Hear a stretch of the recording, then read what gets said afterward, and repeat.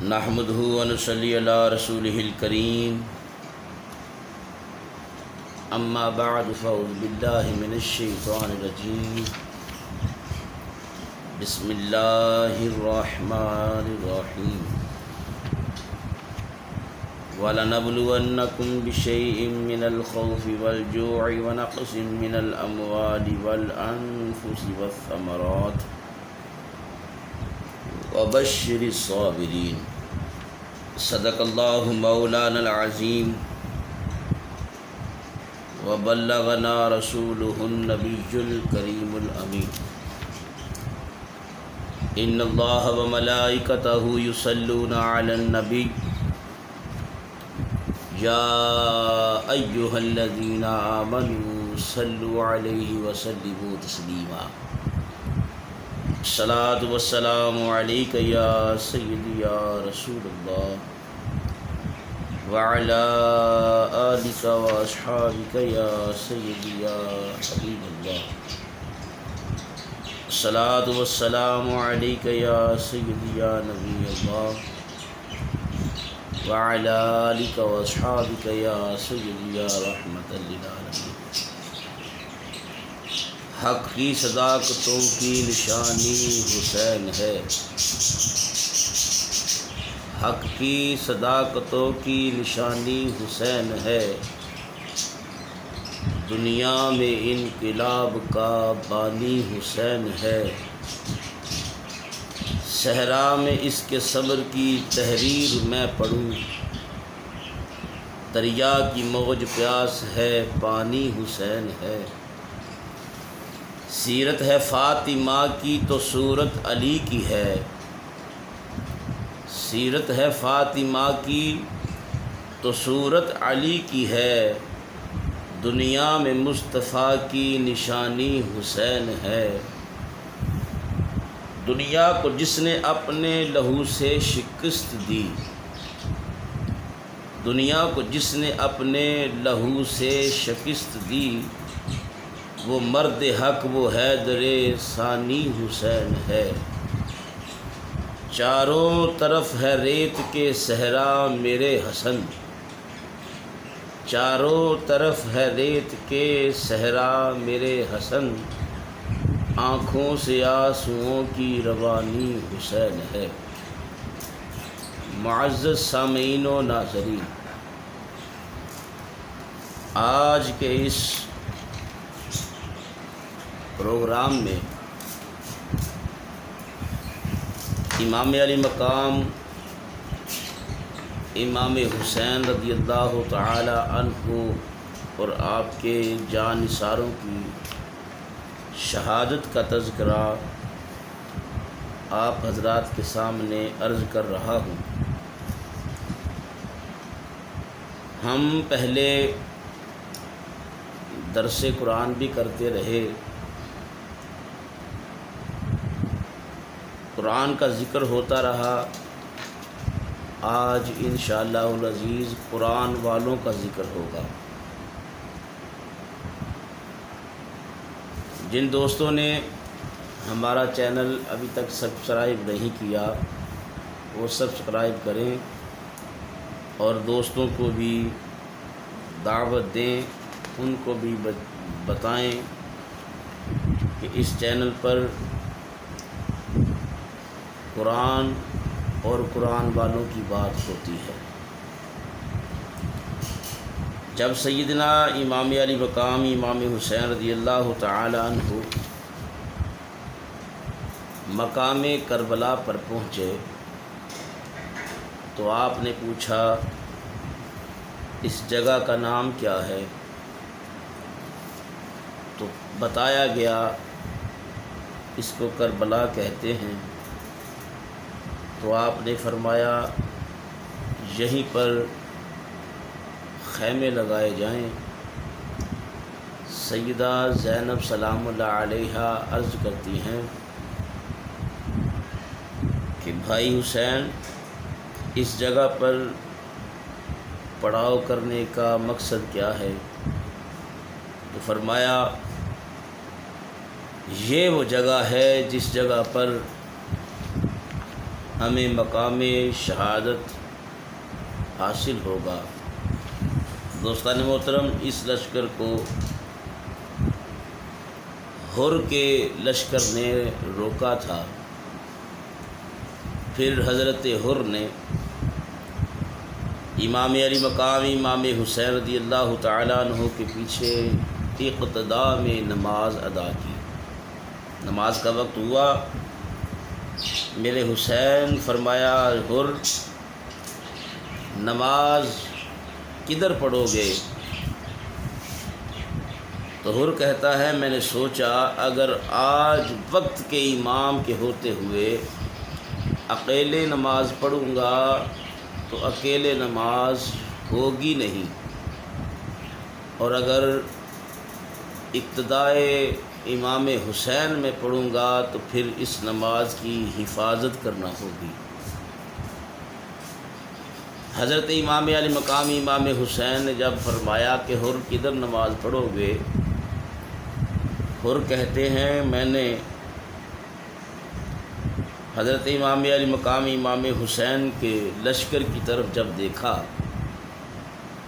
تو مجھے جنت کی وہ بہاریں نظر آنا شروع ہو گئیں، جس جنت کا محبوب اللہ کے محبوب نے جس جنت کے لیے حسین کو جنتی جوانوں کا سردار فرمایا تھا۔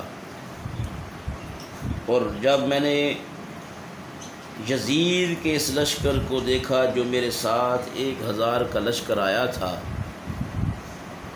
تو مجھے جہنم نظر آنا شروع ہو گئی۔ تو حضرت حر کہتے ہیں کہ میں نے آقا حسین کے پیچھے نماز پڑھی، اور یہ حر اقتدائے امام پر نماز ادا کر کے بتا رہے ہیں لوگوں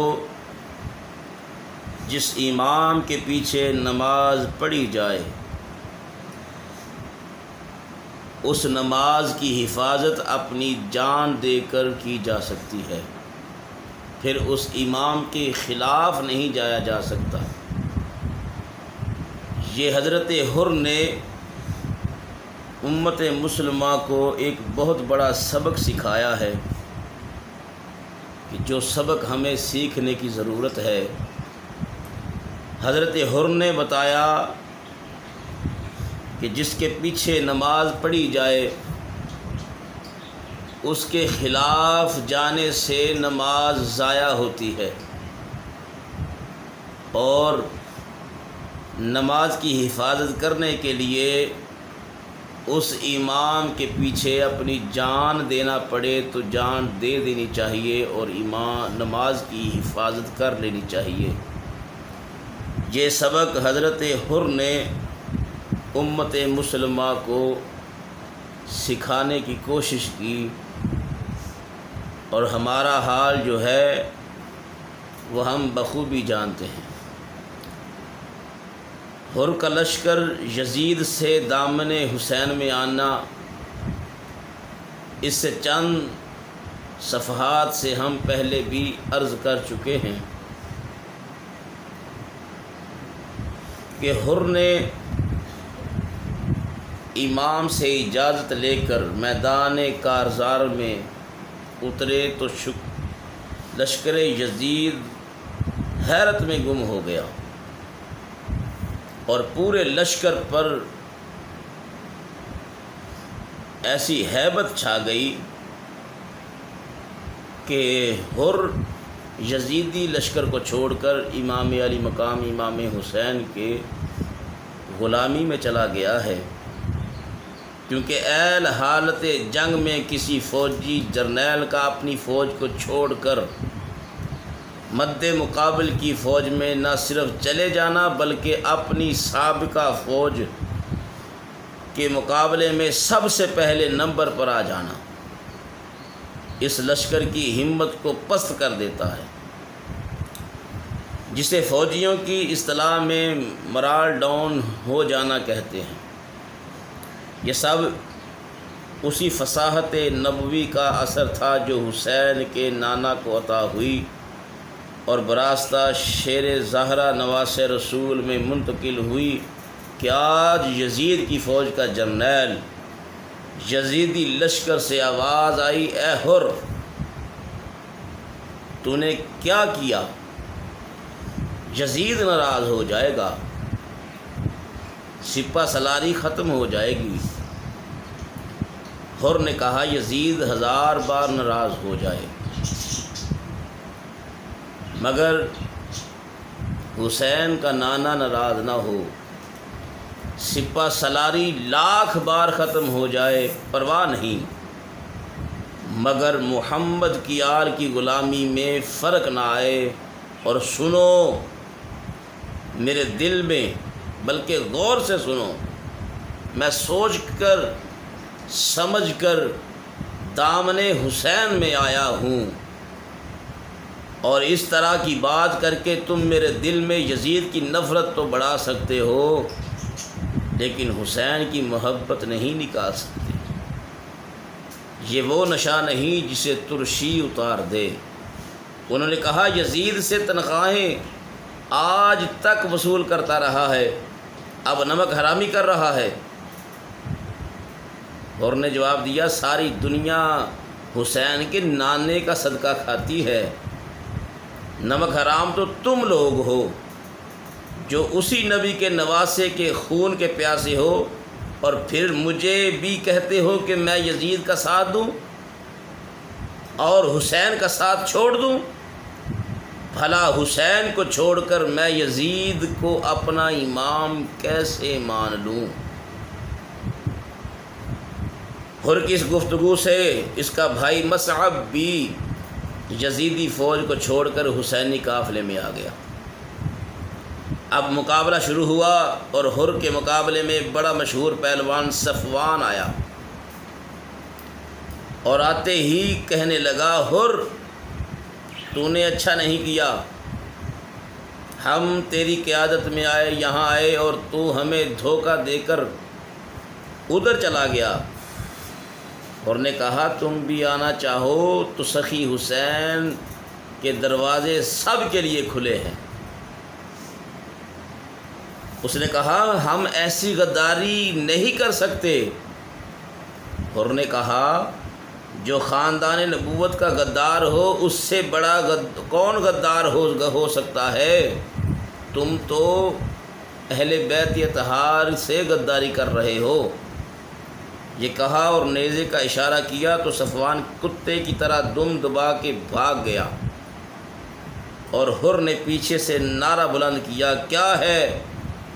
کیا ہے تو اور کیا ہے تیرا وہ امیر شام، کیا ہے تو اور کیا ہے وہ تیرا امیر شام، کرتے ہیں بھلا بادشاہ کہیں بیت غلام۔ حر نے جب للکارا اور نیزے کا اشارہ کیا تو وہ دم دبا کر صفوان بھاگا۔ تو پھر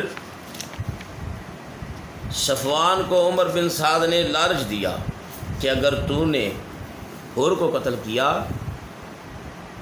تو تجھے بھی وہی عہدہ دیا جائے گا، وہی بڑا عہدہ دیا جائے گا جو حر کو دیا گیا تھا، وہی سپہ سالاری دی جائے گی جو حر کو دی تھی۔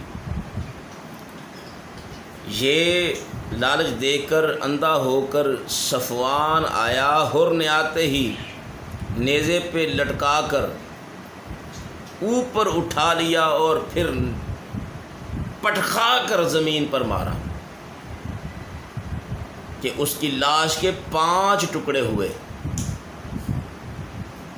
آخر یزید نے ایسے ہی تو نہیں جرنیل بنایا تھا حر کو، حر کے اندر کوئی گن تھے، تو حضرت حر نے اس کو واصل جہنم کیا۔ تو پھر اب جذبہ حسینی بھی شامل ہو گیا تھا۔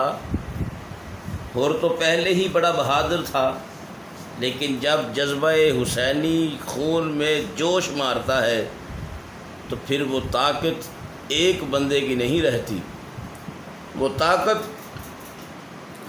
ہزاروں پر بھاری پڑتی ہے۔ لشکر یزید یہ منظر دیکھ کر ڈر گیا، جو آتا بچ کر نہ جاتا۔ بلکہ ٹکڑے ہو جاتا۔ آخر سب مل کر حملہ کیا سب نے، اور حضرت امام علی مقام امام